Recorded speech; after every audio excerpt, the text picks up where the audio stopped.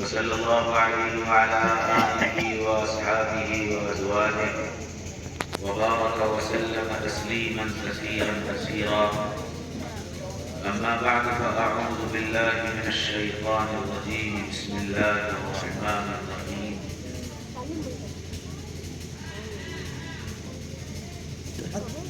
وأما من أوتي كتابه بيمينه فيقول هاؤم اقرءوا كتابيه إني ظننت أني ملاق حسابيه فهو في عيشة راضية في جنة عالية قطوفها دانية كلوا واشربوا هنيئا بما أسلفتم في الأيام الخالية. وقال رسول الله صلى الله تعالى عليه وسلم ارتحلت الدنيا مدبرا وارتحلت الآخرة مقبلا ولكل واحدة منهما بنون فكونوا من أبناء الآخرة ولا تكونوا من أبناء الدنيا إن لكل أم يتبعها ولدها. وقال رسول الله صلى الله تعالى عليه وسلم طوبى لعبد جعله الله مفتاحا للخير ومغلاقا للشر أو كما قال عليه الصلاة والسلام. قابل قدر قابل احترام حضرات علماء کرام اور بہت ہی قابل قدر میرے بھائیوں دوستوں عزیزوں بزرگوں، دنیا میں تین طرح کے لوگ رہتے ہیں. ایک طبقہ مزدور طبقہ کہلاتا ہے، لوور کلاس، اور ایک طبقہ درمیانی کہلاتا ہے، مڈل کلاس، اور ایک طبقہ پیسے والوں کا کہلاتا ہے، اپر کلاس. یہ تین طرح کے لوگ پوری دنیا میں بستے ہیں. مزدور طبقہ وہ ہے جس کو ہر صبح اس بات کی فکر ہوتی ہے کہ میرا پیٹ کیسے بھرے گا اور میرے بچوں کا پیٹ کیسے بھرے گا. وہ مزدوری کرتا ہے، محنت کرتا ہے، رکشہ چلاتا ہے، ٹھیلا چلاتا ہے، اینٹ گارے کا کام کرتا ہے، اور صرف یہ سوچ ہوتی ہے کہ میرا پیٹ بھر جائے، میرے بچوں کا پیٹ بھر جائے. اس کو اس سے کوئی مطلب نہیں کہ پیٹرول سستا ہوا یا مہنگا ہوا،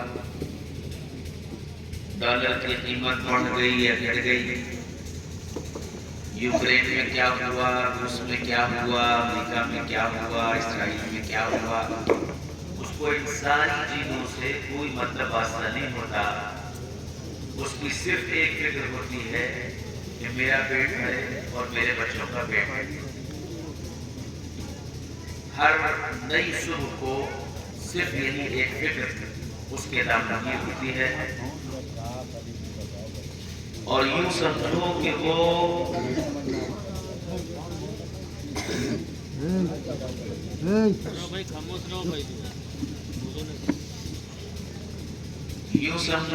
طبقہ اس دنیا کو پیٹ بھرنے کی جگہ سمجھتا ہے. اور آسان لفظوں میں کہیں کہ وہ دنیا کو چراگاہ سمجھتا ہے. جسے جانتا کہ میدان جہاں گھاس ہو اور اس کے کھانے کا چارہ ہو تو وہ اس کو اپنی چراگاہ سمجھتا ہے. اسی طرح یہ مزدور طبقہ جس کی فکر یہ ہوتی ہے کہ میں اور میری اولاد یہ اپنا پیٹ بھر لے بس، تو اس نے اس دنیا کا نام ہی چراگاہ رکھ رکھا. دوسرا طبقہ جو مڈل کلاس کہلاتا ہے، اس کا پیٹ بھرا ہوا ہے، اس کے بچوں کا بھی پیٹ بھرا ہوا ہے، اور اللہ تعالیٰ نے اس کو اتنا دے رکھا ہے کہ آگے اپنے یا اپنے بچوں کے پیٹ بھرنے کی لائن سے وہ فکر مند نہیں ہے. اس لائن سے وہ بالکل مطمئن ہے. تو یہ طبقہ راحت اور آرام کے سامان جمع کرنے کی فکر کرتا ہے. چھپر میں رہتا ہے تو فکر ہوتی ہے کہ پکا مکان بن جائے. پکے مکان میں رہتا ہے تو فکر ہوتی ہے کہ بیچ شہر میں کوئی فلیٹ مل جائے. اور فلیٹ میں رہتا ہے تو فکر ہوتی ہے کہ بنگلہ مل جائے. پنکھے میں سوتا ہے تو فکر ہوتی ہے کولر لگ جائے. کولر میں سوتا ہے تو فکر ہوتی ہے کہ اے سی لگ جائے. اور اے سی میں سوتا ہے تو فکر ہوتی ہے سینٹرل اے سی لگ جائے. ہاتھ سے کپڑے دھوتا ہے تو فکر ہوتی ہے کہ کپڑے دھونے کی مشین آ جائے. کپڑے دھونے کی مینوئل مشین آتی ہے تو فکر ہوتا ہے آٹومیٹک مشین آ جائے. چولہے پر کھانا پکاتا ہے تو فکر ہوتی ہے گیس آ جائے. اور گیس پر کھانا پکاتا ہے تو فکر ہوتی ہے او ٹی جی آ جائے, مائکرو ویو آ جائے. ہاتھ سے آٹا گوندتا ہے تو فکر ہوتی ہے کہ آٹا گوندنے کی مشین آ جائے. اور ہاتھ سے روٹی پکاتا ہے تو فکر ہوتی ہے روٹی پکانے کی مشین آ جائے. زمین پر سوتا ہے تو فکر ہوتی ہے بیڈ مل جائے. بیڈ پر سوتا ہے تو فکر ہوتی ہے 4 انچ کا گدا آ جائے. اور 4 انچ کے گدے پر سوتا ہے تو فکر ہوتی ہے کہ 10 انچ کا گدا آ جائے. غرض اس کی صرف اور صرف فکر یہ ہوتی ہے کہ میں آرام کروں اور میرے بچے آرام کریں. سائیکل پر چلتا ہے تو موٹر سائیکل, اور موٹر سائیکل پر چلتا ہے تو کار, اور کار پر چلتا ہے تو پھر لگژری کار, اور لگژری کار پر چلتا ہے تو پھر اور اس سے آگے بڑھ کر کے پرائیویٹ جیٹ, جہاں تک جا سکتا ہے. راحت اور آرام کے سارے نقشوں کو جمع کرنے کی فکر میں لگا رہتا ہے. اور ہر نئی صبح اس کے لیے نئے نقشے ہوتے ہیں راحت اور آرام. بجلی کا بٹن دیوار پہ دور لگا ہے وہ بیڈ کے قریب آ جائے, اس فکر میں لگا رہتا ہے. ایک صاحب کے یہاں میں گیا تو انہوں نے بیڈ کے سرہانے بچوں کے کمرے کی الگ گھنٹی, باورچی خانے کی الگ گھنٹی, دروازے پر جب کوئی ناک کرے گا تو اس کا کیمرے کا الگ بٹن, موبائل چارج کرنے کا الگ ساکٹ, لائٹ چلی جائے تو انورٹر کے لیے الگ کنیکشن, دواؤں کے لیے الگ الگ مرضوں کے دواؤں کی الگ الگ ریک, سب انہوں نے بیڈ کے سرہانے میں لگوا رکھے تھے کہ اٹھنا ہی نہ پڑے. تو ہر دن آرام ہو رہا ہے. ہمارے ایک دوست ہیں, امریکہ میں رہتے ہیں, ڈاکٹر ہیں اور بڑے ڈاکٹر ہیں. تو اور ہر بات پوچھ کر کرتے ہیں. تو ایک دن فون آیا, کہنے مولانا میری کمر میں تکلیف ہے اور ڈاکٹر نے گدا بتایا ہے کہ فلاں گدا لے آؤ, وہ تمہارے لیے فائدے مند ہوگا. تو میں وہ گدا لینے جا رہا ہوں. میں نے کہا کہ ایسی کیا اس کے اندر خصوصیت ہے؟ کہنے لگے کہ وہ ہڈیوں کے اعتبار سے ایڈجسٹ ہو جاتا ہے, جیسے کروٹ لی جائے گی جیسے موومنٹ ہوگا. ہم نے کہا اچھا. تو میں نے پوچھا, میں نے کہا کہ تو عام دکانوں پہ مل جاتا ہے؟ کہنے لگے نہیں وہ الگ کمپنی ہے. میں نے کہا کتنے کا ہے؟ تو کہنے لگے 8 لاکھ روپے ایک گدا. تو یہ وہ طبقہ ہے جو ہر دن راحت اور آرام کے سامان جمع کرنے کی فکر میں لگا ہے. اس طبقے نے اس دنیا کا نام آرام گاہ رکھا ہے کہ یہ دنیا آرام کرنے کی جگہ ہے, آرام کرو اور اپنے بچوں کو آرام سے زندگی گزرواؤ. ایک تیسرا طبقہ ہے جس کا پیٹ بھی بھرا ہے اور راحت اور آرام کے سارے سامان اس کے پاس موجود ہیں. گاڑی ہے, بنگلہ ہے, نوکر ہے, بہترین بیڈ روم ہے, سینٹرل اے سی ہے, مکان اے سی, دکان اے سی, آفس اے سی, گاڑی اے سی, ہر جگہ راحت اور آرام کے سارے نقشے موجود ہیں. گھر ہی میں سوئمنگ پول بھی بنا ہوا ہے, گھر ہی میں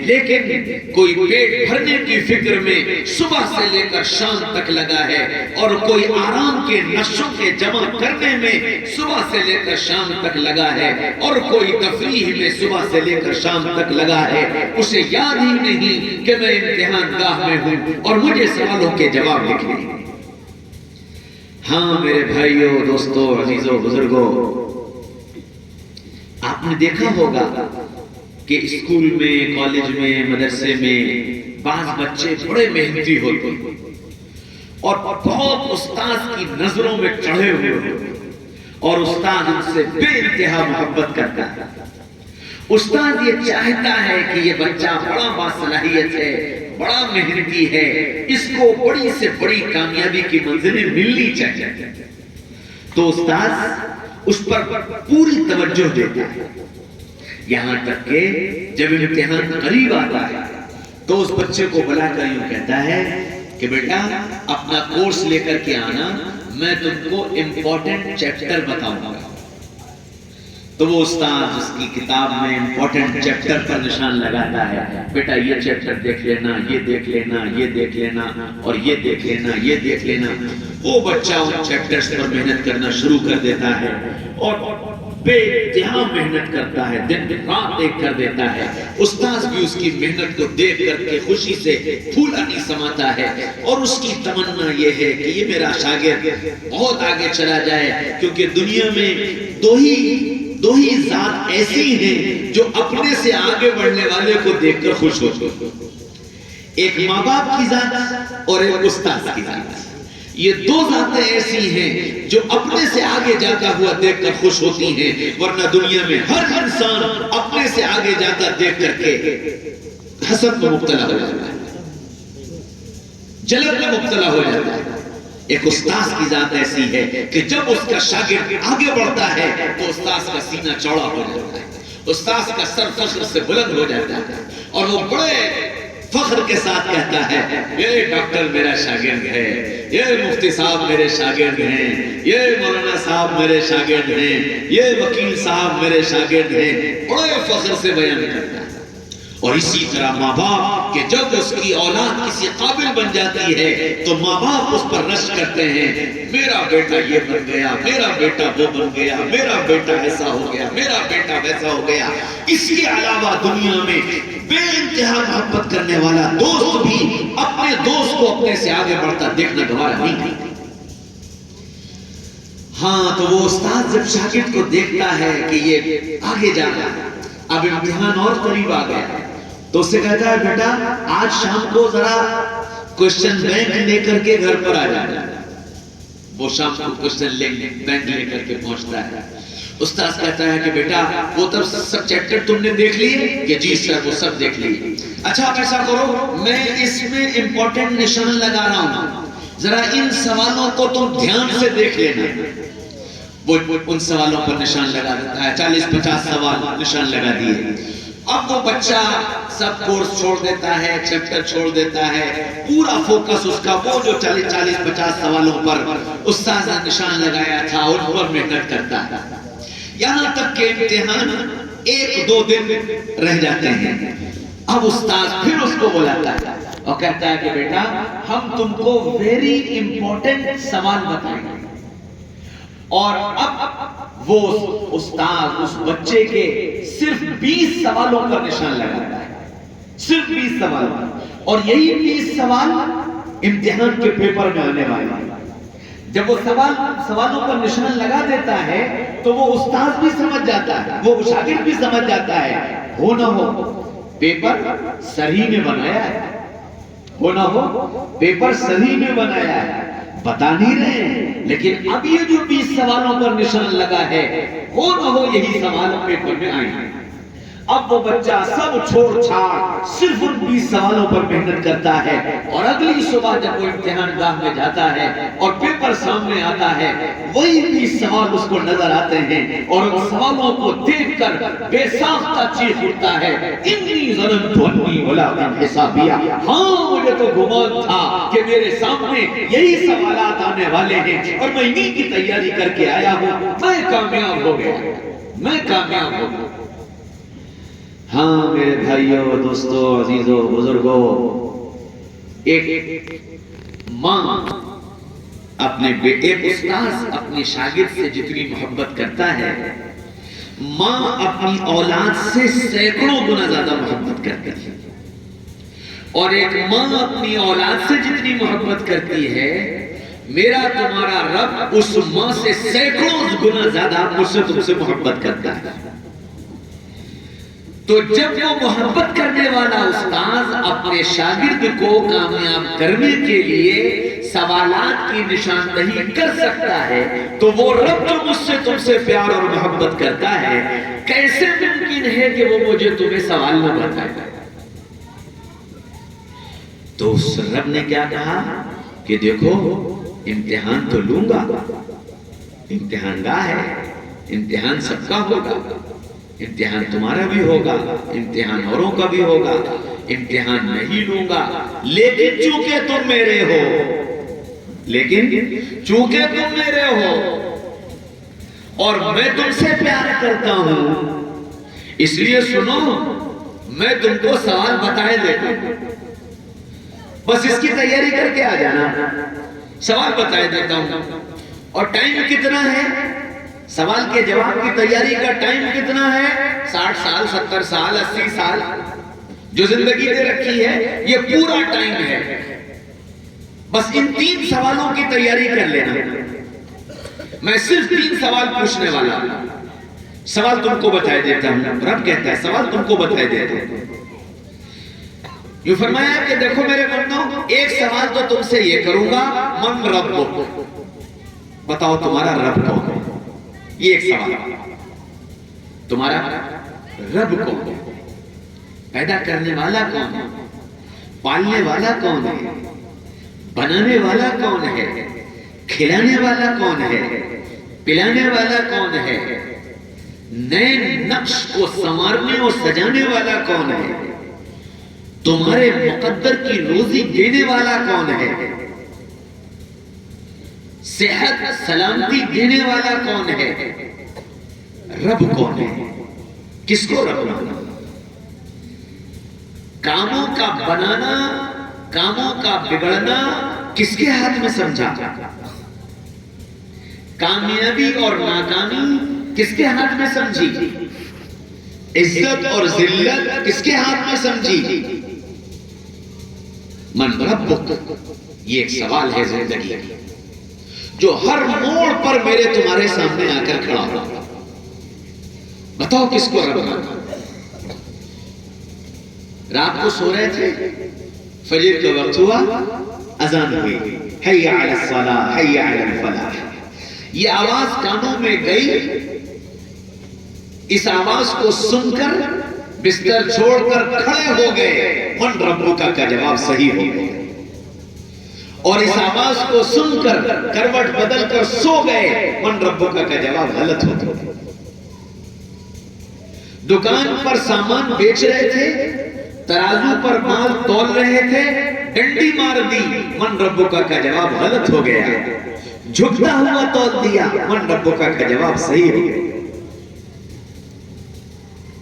کاروبار کرنے چلے، حرام کے پیسوں سے کاروبار کرنا شروع کر دیا. من ربک کا جواب غلط ہو گیا. حلال کے پیسوں سے کاروبار کیا. من ربک کا جواب صحیح ہو گیا.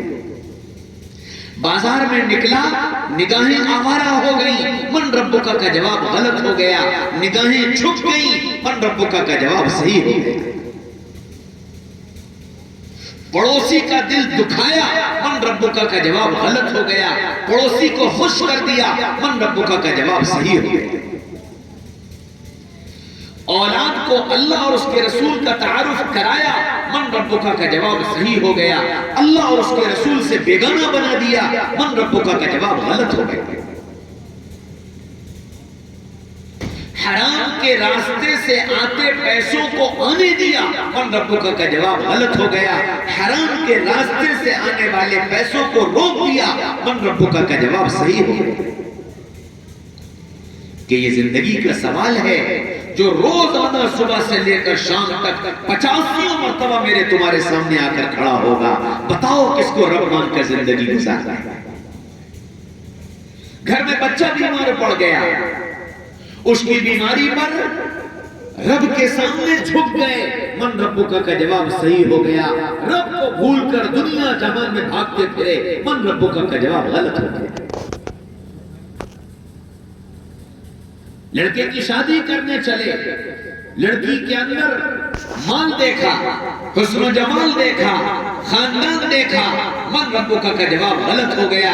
لڑکی کے اندر دین دیکھا، شریعت دیکھی، اللہ رسول کی محبت دیکھی، من ربک کا جواب صحیح ہو گیا۔ کہ زندگی کے ہر موڑ پر یہ سوال میرے تمہارے سامنے کھڑا ہوگا، بتاؤ کس کو رب مان کر دنیا میں جی رہے، کس کو رب مان کر زندگی گزارنا ہے؟ بازار میں مال بیچنے بیٹھے، گاہک کو دکھایا کچھ، دیا کچھ، من ربک کا جواب غلط ہو گیا۔ جو گاہک نے مانگا، جو دکھایا وہ دیا، من ربک کا جواب صحیح ہو گیا۔ تو یہ سوال ہے جو میرے تمہارے سامنے ہر صبح، ہر شام، ہر دن، ہر وقت میرے سامنے کھڑا ہے۔ میرے بندوں، اس امتحان گاہ میں ہو، اور اس امتحان گاہ میں تم سے یہ سوال ہر وقت پوچھا جاتا ہے، بتاؤ کس کو رب مان کر زندگی گزارنا؟ اگر اللہ کو رب مان کر زندگی گزاری ہے اور اللہ کو رب مان کر زندگی گزار کر آئے ہو تو پھر کامیاب ہو، کامیابی طے ہے۔ سوالوں کے جواب صحیح ہوں گے تو کیا ہوگا کہ استقبال ہوگا، اکرام ہوگا۔ کہ جب یہ سوال کیا جائے گا، من ربک، بتا تیرا رب کون ہے، اور جواب زبانی نہیں، زبانی نہیں کہ جب مجھ سے پوچھا گیا بتا تمہارا رب کون ہے، میں نے جواب دے دیا میرا رب اللہ ہے، زبانی نہیں، بلکہ سوالوں کا جواب عملی پوچھا جائے گا۔ عمل بتائے گا کس کو رب مان کر دنیا میں زندگی گزاری۔ اگر عمل رب کو رب مان کر نہیں بنا تو پھر زبان سے ربی اللہ نہیں نکلے، ہاں زبان سے وہ نکلے گا جو اس دل میں بسا ہوا۔ تو رب کو دل میں بسانا پڑے گا، رب کو دل میں جگہ دینی پڑے گی، اور جو بندہ اور بندی رب کو دل میں جگہ دے دیتا ہے، رب اس کے دل سے سب کو نکال دیتا ہے۔ یہ یاد رکھو، رب اور سب اس دل میں ایک ساتھ جمع نہیں ہوگی۔ اگر سب دل میں آ جائے گا تو رب نکل جائے گا، اور رب دل میں آ جائے گا تو سب نکل جائے گا۔ اس لیے رب کو دل میں لانے کی کوشش کرنا، اور یہ زندگی کا سوال ہے کہ میں کس کو رب مان کر جی رہا ہوں۔ بند کمرے میں تنہائی میں لیٹا ہوا، موبائل ہاتھ میں ہے، بے حیا فلمیں، بے حیا گانے، بے حیا مناظر یہ ان کو دیکھ رہا ہے اور خوش ہو رہا ہے، من ربک کا جواب غلط ہو گیا۔ اور تنہائی میں لیٹ کر اس کو اپنے اللہ کا دھیان ہے کہ کوئی دیکھے نہ دیکھے، میرا اللہ دیکھ رہا ہے، میں اللہ کو ناراض نہیں کر سکتا، من ربک کا جواب صحیح ہے۔ اس کی ماں نے اسے آواز دی، یہ سو رہا تھا، سوتے میں ماں کی آواز پر دوڑا بھاگا چلا گیا، من ربک کا جواب صحیح ہو گیا۔ ماں کی آواز پر منہ پھیر کر چلا گیا، من ربک کا جواب غلط ہو گیا۔ باپ کے دل کو دکھا کر زندگی جی رہا ہے، من ربک کا جواب غلط ہو گیا۔ باپ کی خدمت کرتے ہوئے زندگی گزار رہا ہے، من ربک کا جواب صحیح ہو گیا۔ زندگی کے ہر موڑ پر یہ سوال میرے تمہارے سامنے آ کر کھڑا ہوگا، بتاؤ کس کو رب مان کر زندگی گزاری۔ ہاں میرے بندوں، یہ سوال میں تم سے پوچھنے والا ہوں، اور جنہوں نے رب کو رب مان کر زندگی گزاری ایسی شان کے ساتھ دنیا سے گئے کہ رب نے ان کا استقبال کیا۔ یا ایتھا النفس المطمئنہ ارجعی الی ربک راضیۃ مرضیہ، او مطمئن نفس والے، او رب کو رب مان کر زندگی گزارنے والے، آجا آجا، میں کب سے تیرے انتظار میں ہوں، آجا اور میرے بندوں میں داخل ہو جا، آجا اور میری جنت میں داخل ہو جا، آجا اور میری نعمتوں میں داخل ہو جا۔ اس طرح استقبال ہے۔ ہاں فرمایا کہ رب کو رب مان کر زندگی گزاری، سوالوں کے جواب درست ہو گئے، اب جس وقت یہ قبر میں جائے گا حکم ملے گا من کنومت العروس، سو جا جیسے پہلی رات کی دلہن سویا کرتا ہے۔ تجھے لمبے چوڑے مکانات کی ضرورت تھی، ایک دائیں طرف، اور جب وہ دائیں طرف دیکھے گا تو جہاں تک اس کی نگاہ جائے گی اللہ اس کی قبر کو وہاں تک پھیلائے گا۔ دیکھ بائیں طرف جہاں تک نگاہ جائے گی وہاں تک اس کی قبر کو پھیلا دیا جائے گا۔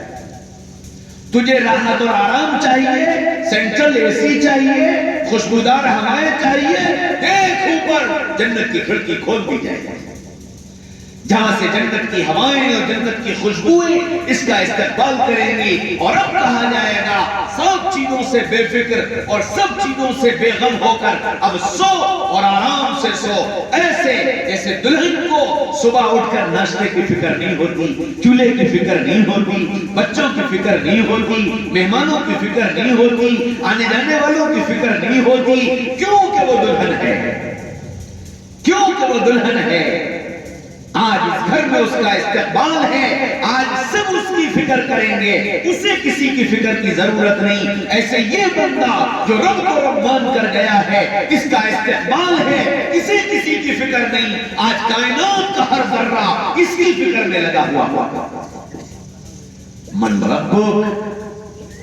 ربک، بتاؤ کس کو رب مان کر زندگی گزاری۔ زندگی کا اہم ترین سوال ہے۔ ہاں میرے بھائیوں، دوستوں، عزیزوں، بزرگوں، یہ تو میں نے تھوڑی سی مثال پیش کی، ورنہ زندگی کا کوئی موڑ ایسا نہیں جہاں یہ سوال میرے تمہارے سامنے آ کر نہ کھڑا ہو جائے، بتاؤ کس کو رب مان کر زندگی گزارتا ہے۔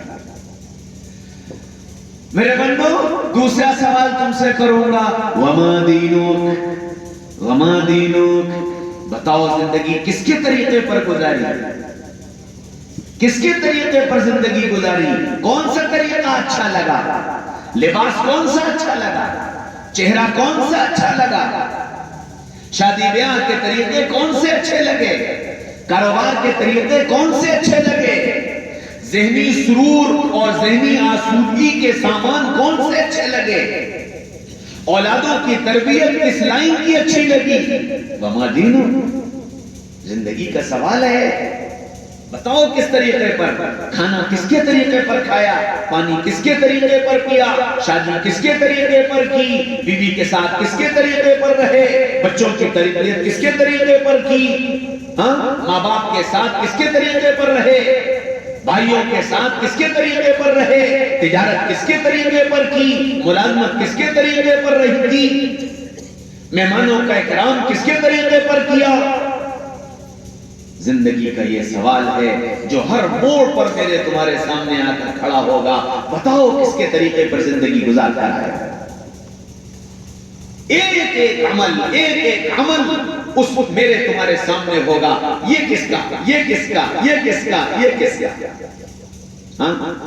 جیسے آئینے کے سامنے جب ہم کھڑے ہوتے ہیں ہم کو ہمارا حلیہ نظر آتا ہے، سر کے بالوں سے لے کر پیر کے ناخن تک دکھائی دیتا ہے، میرے بال سنورے ہیں اجڑے ہیں، میرے بال بڑے ہیں کہ چھوٹے ہیں، میرے سر پر ٹوپی ہے یا نہیں ہے، میرے جسم پر لباس ہے یا نہیں ہے، کیسا ہے میرا دھبا ہے، دامدار ہے، صاف ستھرا ہے، جیسے آئینے میں سب نظر آتا ہے، اسی طرح اللہ مجھے تمہیں محمد رسول اللہ صلی اللہ علیہ وسلم والی زندگی کے آئینے کے سامنے کھڑا کرے گا اور پھر کہے گا دیکھ تیری صورت کیسے، دیکھ تیرا لباس کیسا، دیکھ تیرا کھانا کیسا، دیکھ تیرا پینا کیسا، دیکھ تیرا سونا کیسا، دیکھ تیری تجارت کیسی، دیکھ تیری ملازمت کیسی، ایک ایک عمل دکھایا جائے گا، بتاؤ کس کے طریقے پر کر کے آیا۔ وما دینک، کون سے طریقے پر زندگی، اچھا کون سا طریقہ لگا، ناچ کر کھانا اچھا لگا یا محمد رسول اللہ صلی اللہ علیہ وسلم کے بتائے طریقے پر کہ کھانا دسترخوان پر بیٹھ کر کھاؤ، اللہ کا نام لے کر کھاؤ، وہ طریقہ اچھا لگا۔ مہمانوں کو جانوروں کی طرح کھانے پر چھوڑ دینا اچھا لگا یا مہمانوں کو دسترخوان پر بٹھا کر اپنے ہاتھ سے کھانا کھلانا اچھا لگا؟ کون سا طریقہ اچھا لگا؟ وما دینک، کس کے طریقے پر؟ بچوں کو تعلیم دی کس کے طریقے پر؟ رسول اللہ صلی اللہ علیہ وسلم نے فرمایا جب تمہارا بچہ بولنے لگے اس کو اللہ کا نام سکھاؤ. فرمایا من کان اول کلامہ لا الہ الا اللہ ومن کان آخر کلامہ لا الہ الا اللہ محمد رسول اللہ دخل الجنہ، کہ جس کا پہلا کلام لا الہ الا اللہ محمد رسول اللہ ہو اور جس کا آخری کلام لا الہ الا اللہ محمد رسول اللہ ہو وہ جنت میں داخل ہو گیا. بتاؤ تم نے اپنے بچے کو کیا سکھایا ہے؟ بچہ بولنے لگے اس کو اللہ کا نام سکھاؤ. بچہ سمجھدار ہو جائے اسے نماز کا عادی بناؤ. اپنے ساتھ مسجد لے کر جاؤ.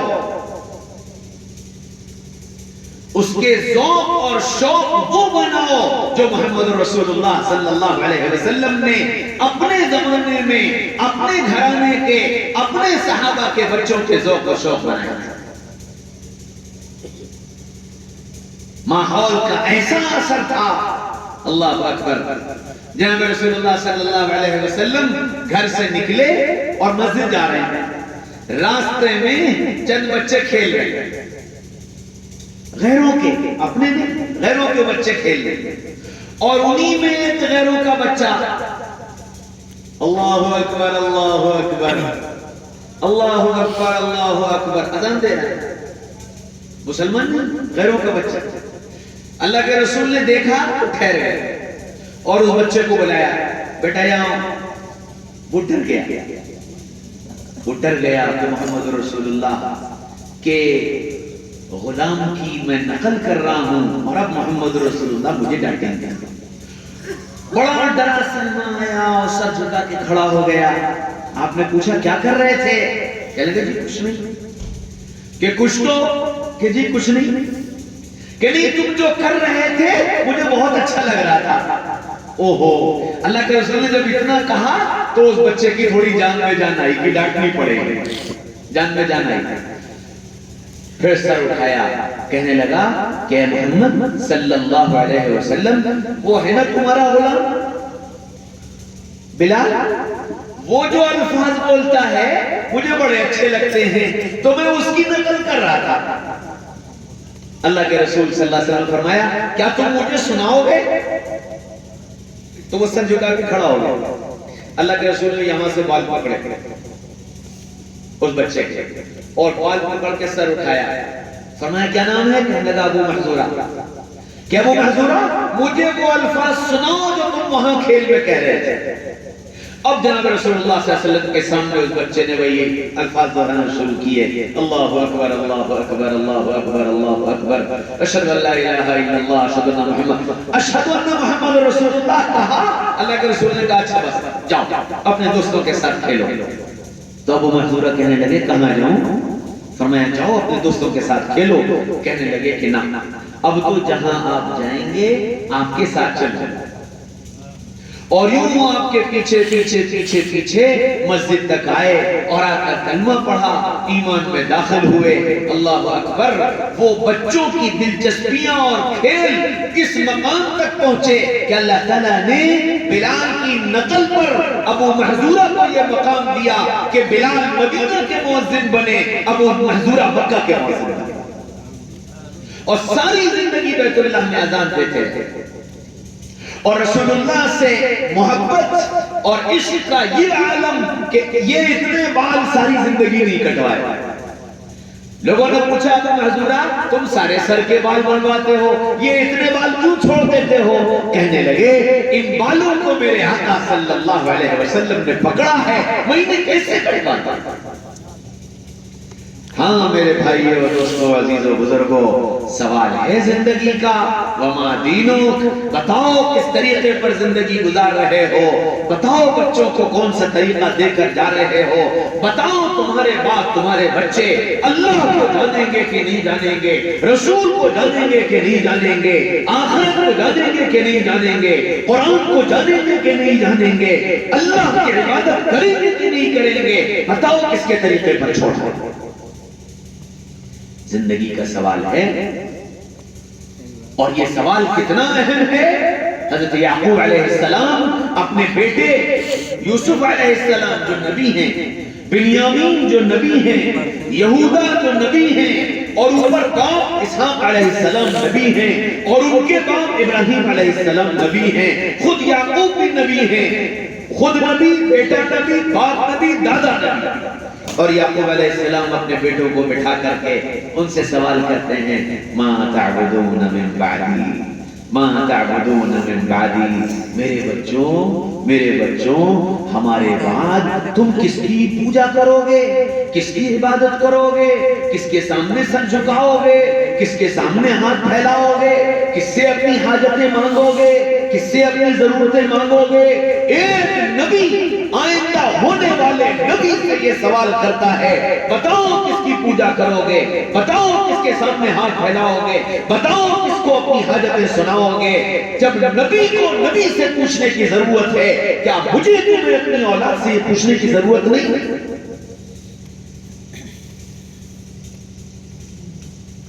کہاں زندگی گزارو گے، کیسی زندگی گزارو گے، یہ زندگی کا سوال ہے۔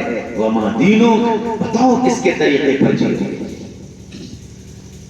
اب یہ میری تمہاری تربیت بتائے گی کہ ہم نے کس کے طریقے کو پسند کیا۔ اولاد کو سنت والا لباس پہنایا، وما دینک کا جواب صحیح ہو گیا۔ اولاد کو یہود و نصارہ کا لباس پہنایا، وما دینک کا جواب غلط ہو گیا۔ اولاد کے سر پر بال یہود و نصارہ والے رکھے، وما دینک کا جواب غلط ہو گیا۔ اولاد کے سر پر بال رسول اللہ کے طریقے پر رکھے، وما دینک کا جواب صحیح ہو گیا۔ اولاد کو دسترخوان پر بٹھا کر اللہ کا نام لے کر کھانا کھلایا، وما دینک کا جواب صحیح ہو گیا۔ اولاد کو ناچ ناچ کر کھانا کھانا سکھایا، وما دینک کا جواب غلط ہو گیا۔ کاروبار حلال کے پیسوں سے کیا، امانتداری کے ساتھ کیا، وعدے کی پابندی کے ساتھ کیا، وما دینک کا جواب صحیح ہو گیا۔ وعدہ خلافی کی، دھوکہ دیا، حرام راستوں سے کمایا، وما دینک کا جواب غلط ہو گیا۔ زندگی کے ہر موڑ پر پھر تمہارے سامنے یہ سوال آ کر کھڑا ہوگا، بتاؤ اس کے طریقے پر زندگی گزاری۔ چند اشارے کیے ہیں میں نے، آخری سوال، ومن نبیک، بتاؤ محبت کے رشتے کس سے جوڑے، محبت کے رشتے کس سے جوڑے۔ سیدنا محمد رسول اللہ صلی اللہ علیہ وسلم کی شبیہ مبارک دکھا کر پوچھا جائے گا، جانتے ہو کون ہے، جانتے ہو کون ہے؟ اور یہاں جواب وہ دے پائے گا جس نے محبت کا رشتہ محمد رسول اللہ صلی اللہ علیہ وسلم سے جوڑا۔ زندگی کا سوال ہے، کس سے محبت کرتے ہو؟ کہنا بہت آسان ہے کہ نبی کا دامن نہیں چھوڑیں گے، کہنا بہت آسان ہے۔ محبت جانتے ہو کیا ہے؟ محبت محبوب کی اداؤں کو محبوب بنا لینے کا نام ہے۔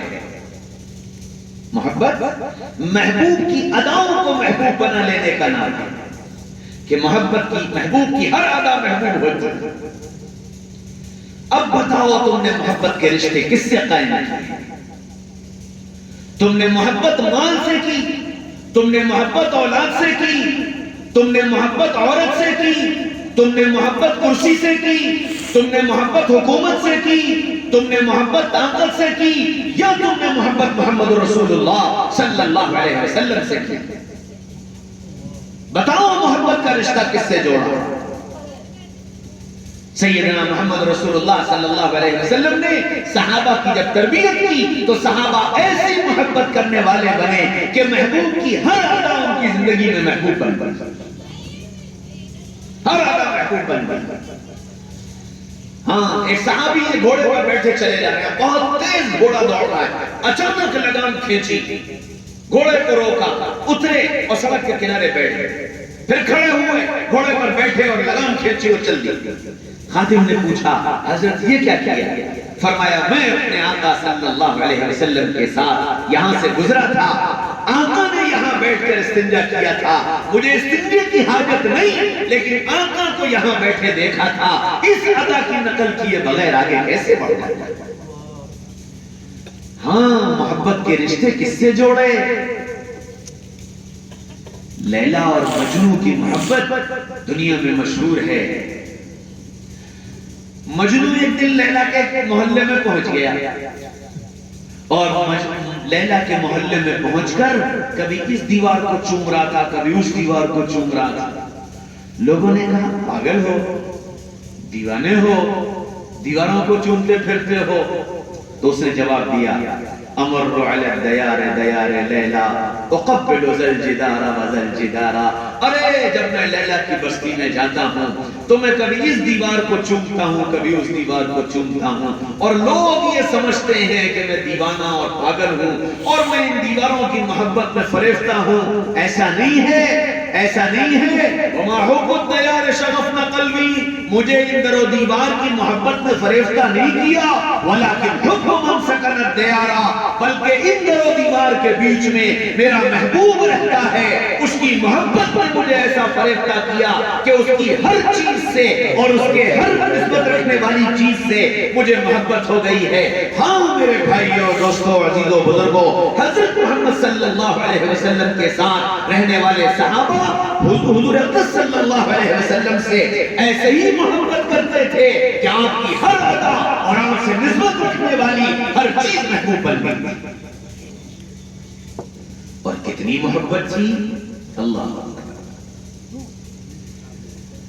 حضرت بلال رضی اللہ عنہ مسجد نبی میں اذان دیتے ہیں تو جب کہتے ہیں اشہد ان محمد رسول اللہ، سامنے نبی اکرم صلی اللہ علیہ وسلم تشریف فرما ہیں، چہرے انور پر نگاہ پڑتی ہے اور زبان سے نکلتا ہے اشہد ان محمد رسول اللہ، کیا مزہ آتا ہوگا اذان دیتے ہیں۔ آج نبی پاک صلی اللہ علیہ وسلم پردہ فرما گئے، صبح کے 10 بجے ظہر کا وقت آیا، بلال اذان دو، اذان دینے کے لیے کھڑے ہوئے، اور اب جو اشہد ان محمد رسول اللہ پر پہنچے، دائیں دیکھا، بائیں دیکھا، سامنے دیکھا، رسول اللہ کا چہرہ انور نظر نہیں آیا، چیخ ماری اور بے ہوش ہو کر گر گئے۔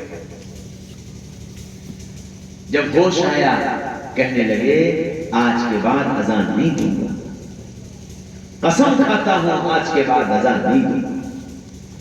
اب تک زندگی میں اتنی اذانیں دیں، جب اشہد ان محمد رسول اللہ زبان پر آیا، رسول اللہ کا چہرہ انور سامنے ہوتا تھا، اور اب میں اشہد ان محمد رسول اللہ کہوں گا اور آقا کا چہرہ سامنے نہیں ہوگا، میں اذان پوری نہیں کر سکتا، آج کے بعد میں اذان نہیں دوں گا۔ وقت گزرا، ایک دن حضرت ابوبکر صدیق کے پاس آئے، کہنے لگے امیر المومنین آقا کے بغیر مدینہ میں رہا نہیں جاتا، آقا کے بغیر مدینہ میں رہا نہیں جاتا، اجازت دے دیجئے کہیں اور چلا جاؤں اور وہاں جا کر دین کا کام کروں۔ اتنا تڑپ کر کہا کہ ابوبکر بھی منع نہیں کر پایا۔ فرمایا کہ اچھا ٹھیک ہے بلال، تم دمشق چلے گئے، دمشق چلے گئے، وہاں جا کر رہنے لگے، وہاں دین کا کام کرنے لگے، ہفتہ گزرا، مہینہ گزرا، 6 مہینے ہو گئے۔ ایک رات خواب دیکھا، جناب رسول اللہ صلی اللہ علیہ وسلم کی زیارت ہوئی، فرمایا بلال بلال تم تو بڑے بے وفا نکلے، تو ہمارے پاس آتے ہی نہیں، تم تو ہمارے پاس آتے ہی نہیں۔ بس اتنا سنا، آنکھ کھلی، تڑپ اٹھے، رونے لگے، جلدی سے اٹھ کر اپنا سامان تیار کیا۔ بیوی نے پوچھا کیا ہوا؟ کہنے لگے آقا نے مجھے بلایا تو میں آقا کے پاس آتا تھا، اور جلدی جلدی سامان تیار کیا، اپنی سواری پر رکھا، اونٹ کو دوڑایا، اور اتنا دوڑایا کہ مہینے کا سفر دنوں میں طے کر گیا۔ اور اس سفر میں رسول اللہ کی محبت میں اتنا ڈوب گئے کہ یاد ہی نہیں رہا کہ رسول اللہ پردہ فرما چکے. مارے خوشی کے دوڑ بھاگ مدینہ منورہ پہنچے. مسجد نبوی کے باہر اپنے اونٹ کو باندھا اور دوڑ کر مسجد نبوی کے اندر داخل ہوئے. جیسے ہی اندر داخل ہوئے روضہ اطہر پر نگاہ پڑی تو چیخ نکل گئی, یا رسول اللہ میں تو آ گیا, میں تو آ گیا.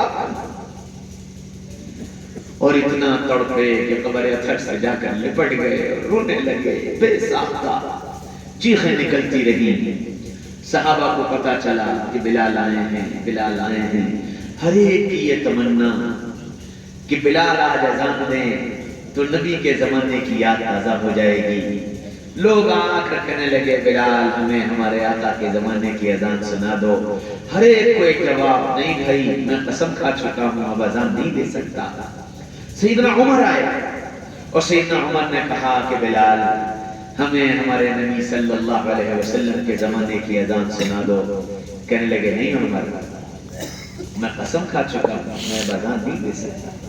عمر سر جھکا کر چلے گئے اور ان سے جا کر کہا کہ میرے بچوں اگر تم جا کر کے بلال سے کہو گے تو تمہاری فرمائش نہیں ٹالیں گے. دونوں بچے دوڑے ہوئے آئے اور آ کر کے سیدنا بلال کی ٹانگوں سے چمٹ گئے. کہنے لگے چچا جان ہمیں ہمارے دادا کے زمانے کی اذان سنا, ہمیں ہمارے دادا کے زمانے کی اذان سنا دیجیے. بلال کی چیخیں نکل گئی. کہنے لگے میرے بچوں, میرے دل کے ٹکڑوں, میرے آقا نے تمہاری فرمائش کبھی نہیں ڈالی. بلال کی کیا مجال ہے کہ تمہاری فرمائش ڈالا, بلال کی کیا مجال ہے. ہاں میرے بھائیو دوستو عزیزو بزرگو, پھر بلال نے کہا میں قسم کا کفارہ دوں گا اور میں تمہاری فرمائش پوری کروں گا. پھر بلال اذان دینے کھڑے ہوئے. جو ہی مدینے میں بلال کی اذان کی آواز گونجی, گھر سے مرد عورت بچے سب دوڑے. بلال آ گئے. ایک ماں اپنی گود میں اپنے بچے کو لے کر کے آئی اور مسجد کے باہر کھڑے ہو کر اذان سننے لگی. اس کے آنسو بہ رہے تھے. بچہ ننھے ہاتھوں سے ماں کے آنسو پوچھ رہا تھا. اذان ختم ہوئی تو روتے روتے کہنے لگا امی بلال تو آ گئے رسول اللہ کمائے. بلال تو آ گئے رسول اللہ کمائے. کیا مرد, کیا عورت, کیا بوڑھا, کیا جوان, کیا بچہ, سب نے اپنی محبت کے رشتے محمد رسول اللہ سے قائم کرنا. یہ زندگی کا سوال ہے. بتاؤ تو اپنے محبت کے رشتے کس سے لیتے, کس سے محبت کرتے ہو؟ تمہیں معلوم ہے کہ تمہارے نبی صلی اللہ علیہ وسلم تم سے کتنا پیار, کتنی محبت کرتے ہیں. دنیا سے جانے لگے. آخری وقت تھا, جبریل آئے, ساتھ ملک الموت آیا. ملک الموت کو باہر روکا. جبریل اندر گئے. یا رسول اللہ ملک الموت آیا ہے, اجازت ہو تو اندر آ جائے. فرمایا اجازت ہے. اندر آ گئے. پوچھا یا رسول اللہ میں اپنا کام شروع کروں؟ فرمایا ٹھہرو, پہلے یہ بتاؤ میرے بعد میری امت کا کیا ہوگا, میرے بعد میری امت کا کیا ہوگا. جبریل واپس گئے. اللہ تعالیٰ سے پوچھا کہ نبی پوچھتے ہیں میرے بعد میری امت کا کیا ہوگا. فرمایا جاؤ میرے محبوب سے کہہ دو میں آپ کے بعد آپ کی امت کو تنہا نہیں چھوڑوں گا, میں آپ کے بعد آپ کی امت کو تنہا نہیں چھوڑوں گا. جبریل نے آ کر اطلاع دی. فرمایا بس اب میرا کام ہو گیا. اللہم الرفیق العالی, اللہ مجھے اپنے پاس بلا لے. عائشہ پردہ ہٹا دو اور مجھے آخری بار اپنی امت کو دیکھ لینے دو. عائشہ نے پردہ ہٹایا, صحابہ پر نگاہ ڈالی. فرمایا میرے صحابہ میں جا رہا ہوں,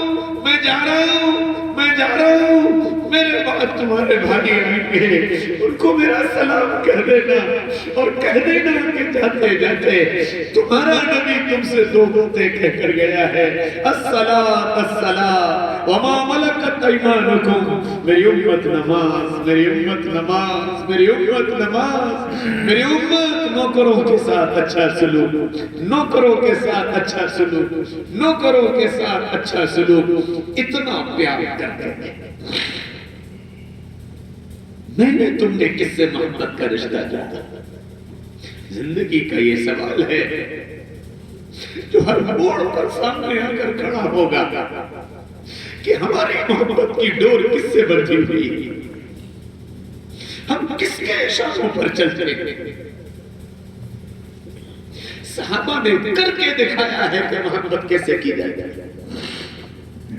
حضرت عائشہ رضی اللہ عنہ، اللہ جزائے خیر دے، قیامت تک کے آنے والوں کو مسئلہ حل کر کے چلی گئی۔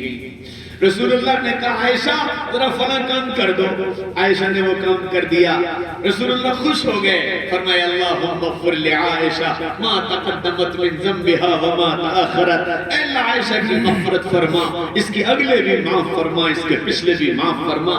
عائشہ خوشی کے مارے لوٹنے لگی، فرمایا عائشہ کیا بات ہے، بڑی خوش نظر آ رہی ہو؟ یا رسول اللہ اتنی پیاری آپ نے دعا دی پھر بھی خوش نہ ہو؟ فرمایا عائشہ جو دعا میں نے تمہیں آج دی ہے میں اپنی امت کے لیے دن میں 5 مرتبہ مانگتا ہوں، دن میں 5 مرتبہ مانگتا ہوں، اتنا پیار کرتے ہیں۔ پھر ایک سوال کیا، یا رسول اللہ کل قیامت کے میدان میں آپ امام الانبیاء، ہم ایک ادنا امتی، آپ کا درجہ بڑا اعلیٰ، ہمارا درجہ بہت نیچے، کل ہمیں آپ کی ضرورت پڑے گی تو ہم آپ تک کیسے آئیں گے؟ فرمایا عائشہ عائشہ میری ضرورت پڑے تو حوض پر آ جانا، میں اپنی امت کی پیاس بجھا رہا ہوں، میں اپنی امت کی پیاس بجھا رہا ہوں۔ کہنے لگی یا رسول اللہ اگر وہاں نہ ملے تو؟ فرمایا عائشہ وہاں نہ ملوں تو ترازو کے پاس آ جانا، اپنی امت کے اعمال تلوا رہا ہوں گا اور ان کے نیکی کے پلے کو جھکانے کی کوشش کر رہا ہوں۔ عائشہ کہنے لگی یا رسول اللہ وہاں نہ ملے تو؟ فرمایا عائشہ وہاں نہ ملوں تو پلسرات پر آ جانا، جب میری امت گزر رہی ہوگی میں رب کے سامنے سجدے میں پڑھ کر مانگ رہا ہوں گا یا رب سلم سلم، اللہ میری امت کو سلامتی سے گزار دے، اللہ میری امت کو سلامتی سے گزار دے، میں وہاں تم کو مل جاؤں۔ عائشہ کہنے لگی یا رسول اللہ وہاں بھی نہ ملے تو؟ فرمایا عائشہ وہاں نہ ملوں تو میری امت کے غریبوں کے پاس آ جانا، میں اپنی امت کے غریبوں کے بیچ تم کو کھڑا مل جاؤں گا۔ پھر فرمایا عائشہ عائشہ میں اپنی جنت میں اس وقت تک نہیں جاؤں گا جب تک کہ میری امت کے ایک فرد کا مسئلہ حل نہیں ہو جائے گا۔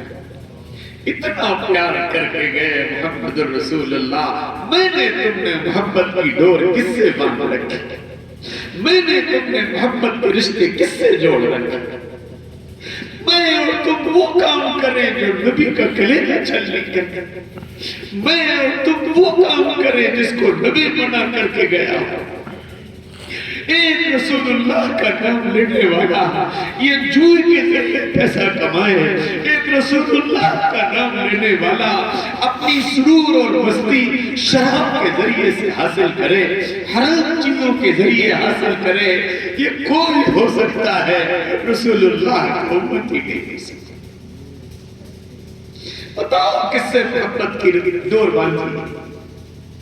زندگی کا سوال ہے، زندگی کا سوال ہے۔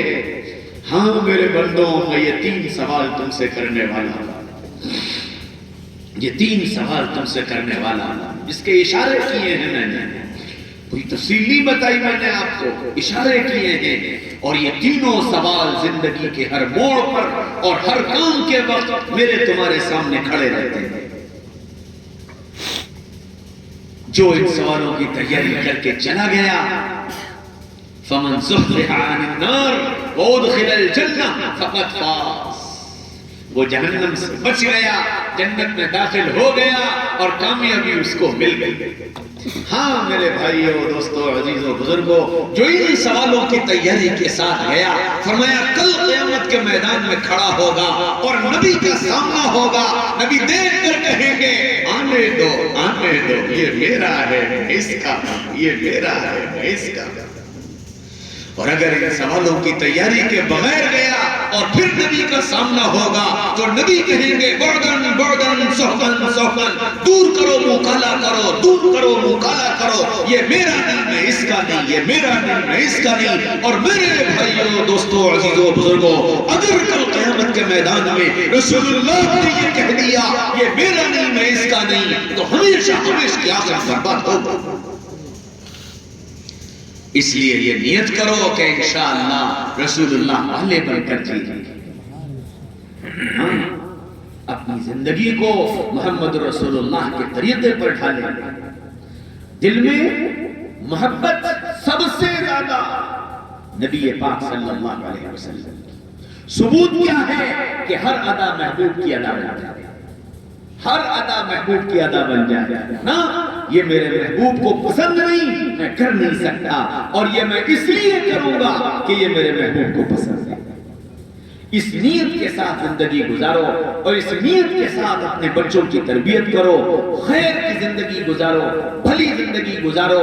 جب دنیا سے جا رہے ہوگے استقبال ہو رہا ہوگا، آسمانوں پر استقبال ہوگا، رب استقبال کرے گا، نبی استقبال کریں گے، اللہ بغیر حساب کتاب کی جنت الفردوس میں داخل کرے گا، پھر وہاں لذت ہی لذت ہوگی، پھر وہاں آرام ہی آرام ہوگا، پھر وہاں تفریح ہی تفریح ہوگی۔ اس دنیا کو جو تم چراگاہ سمجھتے تھے، رب کہتا ہے کہ اپنے آپ کو ان سوالوں کی تیاری کے ساتھ لے آؤ۔ قطوفها دانیہ کلوا واشربوا ہنیئا بما اسلفتم فی الایام الخالیہ۔ آؤ کتنا کھاؤ گے، آؤ کیا کیا کھاؤ گے، سب میں نے تمہارے لیے تیار کر رکھا ہے۔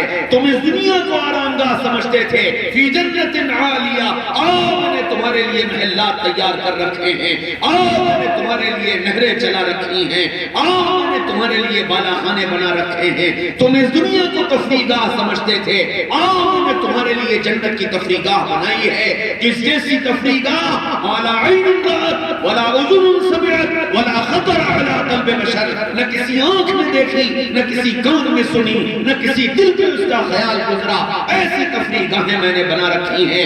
یہ دنیا نہ چراگاہ ہے، یہ دنیا نہ آرام گاہ ہے، یہ دنیا نہ تفریح گاہ ہے، یہ دنیا امتحان گاہ ہے۔ اس امتحان گاہ میں سوالوں کی تیاری کے ساتھ زندگی گزار لو، موت جب آئے گی تو ہنستے ہوئے جاؤ گے اور اللہ تمہارا استقبال کرے گا۔ اللہ مجھے بھی وہ زندگی دے دے اور آپ سب کو بھی وہ زندگی دے دے۔ یہ جتنا مجمع بیٹھا ہے یہاں سے نیت کر کے اٹھے کہ انشاءاللہ اب اس زندگی کو ان تین سوالوں کو سامنے رکھ کر گزاریں گے۔ کرو گے؟ سب کرو گے؟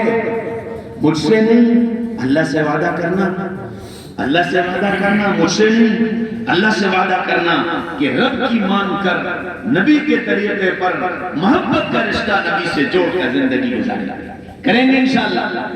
ارے دو کم سے کم، زور سے اللہ مجھے تمہیں کہنے سننے سے زیادہ عمل کی توفیق نصیب فرمائے۔ وآخر دعوانا الحمدللہ رب العالمین۔ جزاک اللہ خیر الجزا۔ آپ حضرات نے